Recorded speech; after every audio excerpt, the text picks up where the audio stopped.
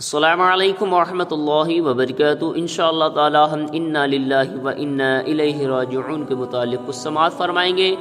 اللہ رب العزت نے قرآن مقدسہ کے پارہ نمبر 2 آیت نمبر 156 میں اس کا ذکر فرمایا۔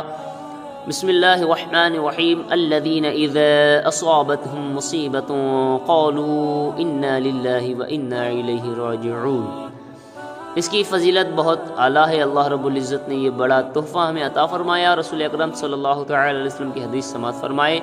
ام المومنین حضرت ام سلمہ رضی اللہ تعالی عنہ فرماتی ہے، میں نے سرکار مدینہ صلی اللہ تعالی علیہ وسلم کو یہ فرماتے ہوئے سنا کہ جس مسلمان پر کوئی مصیبت آئے تو اللہ تعالیٰ اس کو اس پر بہتر بدل عطا فرمائے گا۔ اور ایک حدیث سماعت فرمائے، حضرت عبداللہ بن عباس رضی اللہ تعالی عنہما سے روایت ہے، نبی کریم صلی اللہ تعالی علیہ وسلم نے ارشاد فرمایا، میری امت کو ایک ایسی چیز دی گئی جو پہلی امت میں سے کسی کو نہیں دی گئی، وہ چیز مصیبت کے وقت انا للہ و انا الیہ راجعون پڑھنا ہے۔ سبحان اللہ۔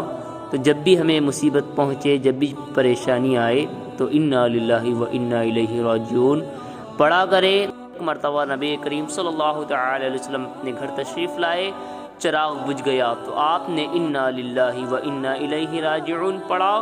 عرض کیا گیا، یا رسول اللہ صلی اللہ علیہ وسلم، کیا یہ بھی مصیبت ہے؟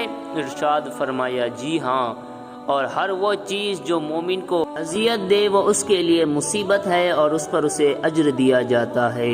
جب بھی ہم پر کوئی مصیبت آئے، نقصان پہنچے، اس پر صبر کرنا چاہیے۔ اللہ رب العزت ہمیں نیک توفیق عطا فرمائے۔ السلام علیکم ورحمۃ اللہ وبرکاتہ۔